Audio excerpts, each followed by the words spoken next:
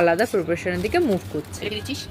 তো ফার্স্টে ব্যাটারটা বানিয়ে নিচ্ছিলাম। 3 চামচ ময়দা, 3 চামচ কর্নফ্লাওয়ার, তার সাথে আদা রসুনের পেস্ট, স্বাদ মতো নুন, গোলমরিচ গুঁড়ো আর লঙ্কার গুঁড়ো। যারা বেশি ঝাল খাও না তারা কাশ্মীরি লঙ্কার গুঁড়ো অ্যাড করতে পারো, আর তারপরে হালকা একটু হলুদ গুঁড়ো আমরা অ্যাড করেছিলাম।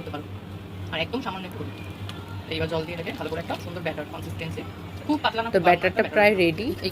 আর এই ডিমগুলোকে একটা গোটা ডিমকে 4 ভাগ করে রাখা ছিল। তো ব্যাটারটা একটু পাতলা হয়ে গেছিলো বলে পরে আর একটু ময়দার কর্নফ্লাওয়ার অ্যাড করেছিলাম।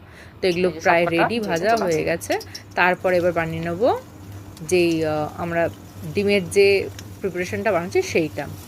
তো সবাই দেখে আশা করি বুঝতে পারছো কী বানাচ্ছি। আমরা বানাচ্ছি এগ চিলি চিকেনের মতোই, এগটাকে চিলি এগ মানে ওই আর কি। তো ফার্স্টে ওই রসুন আদা কুচিও ভালো করে একটু সটে করে তার উপরে বড় বড় করে রাখা পেঁয়াজগুলোকে দিয়ে দিয়েছিলাম কাটা, তার উপরে দিয়েছিলাম টমেটো, কারণ না বাড়িতে ক্যাপসিকাম শেষ হয়ে গেছিলো। আর এদিকে সসটাকে একটা বাটিতে ভালো করে মিশিয়ে নিচ্ছিলাম। তো এটাও প্রায় হয়ে গেছে। টমেটোটাকে গলিয়ে দিলে হবে না, কারণ না অবভিয়াসলি চিলি এগ বানাচ্ছি যেখানে। তো বাটির মধ্যে যে লেফট ওভার যে সসগুলো ছিল ওর মধ্যেই কর্নফ্লাওয়ার দিয়ে গুঁড়ে নিয়েছিলাম, সসটাও নষ্ট হলো না। তো এটাকে ভালো করে মিশিয়ে একটু ফুটতে দিতে হবে। তারপরে যে রেডি হয়ে যাবে ওই ভেজে রাখা ডিমগুলো এর মধ্যে অ্যাড করে দেবো। ব্যাস আমাদের এগ চিলি রেডি। রেডি। এবার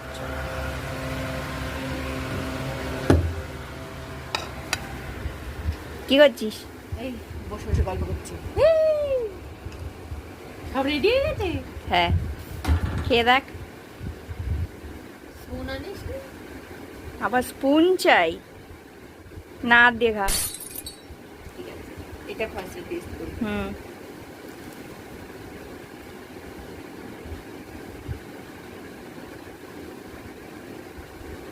পুরো রেস্টুরেন্ট স্টাইল।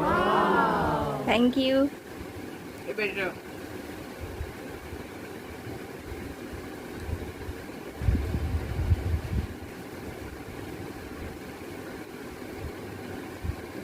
অসাধারণ, অসাধারণ। Thank you.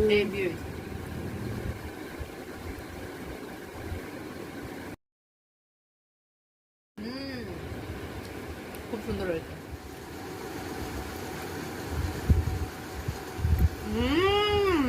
খুব ভালো আছে, খুব ভালো আছে। Thank you. Bye bye. Tata.